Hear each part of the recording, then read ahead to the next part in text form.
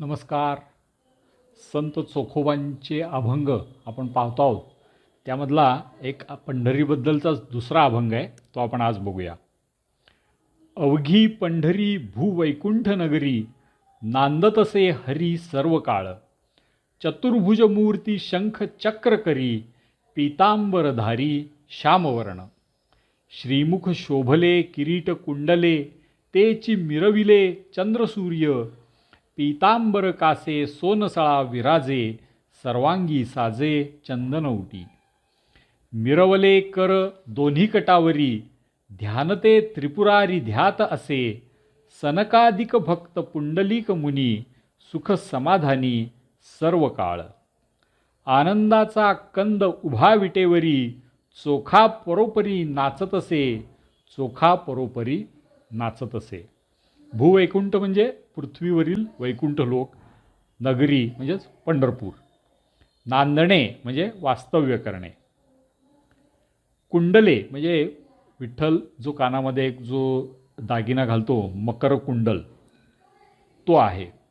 सोनसळा हा एक शब्द यामध्ये आला आहे. सोन्यासारखी ज्याची प्रभा आहे असा तो. तर याचा अर्थ असा आहे, श्रीहरी सर्व काळी जेथे वास्तव्य करून आहे असे हे पंढरी क्षेत्र म्हणजे पृथ्वीवरील वैकुंठ नगरी आहे.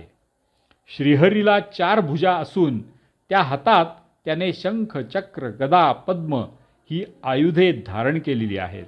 त्याचा रंग सावळा असून त्याने पीतांबर नेसलेला आहे. किरीट कुंडले परिधान केल्यामुळे त्याचे मुखकमल शोभून दिसत आहे. 2 कानातील कुंडले जणू चंद्र सूर्यासारखी तळपत आहेत. सोन्यासारखा चकाकणारा पीतांबर कमरेला परिधान केलेला आहे. सर्वांगाला चंदनाची उटी लावली आहे. 2 हात कमरेवर ठेवले आहेत. अशा प्रकारचे त्याचे ध्यान प्रत्यक्ष शंकर ध्यात आहेत. सनकादिक भक्त पुंडलिक मुनी यांना त्याच्या दर्शनाने सदा सर्वकाळ सुख समाधान प्राप्त होते. चोखोबा म्हणतात, असा हा आनंदाचा कंद विटेवर उभा आहे. त्याच्या दर्शनाच्या आनंदाने मी वारंवार नाचत आहे. बोला पुंडलिक वरदा हरी विठ्ठल. श्री ज्ञानदेव तुकाराम पंढरीनाथ महाराज की जय.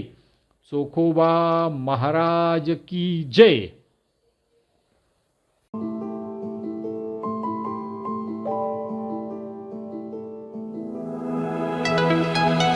Please like and subscribe this channel.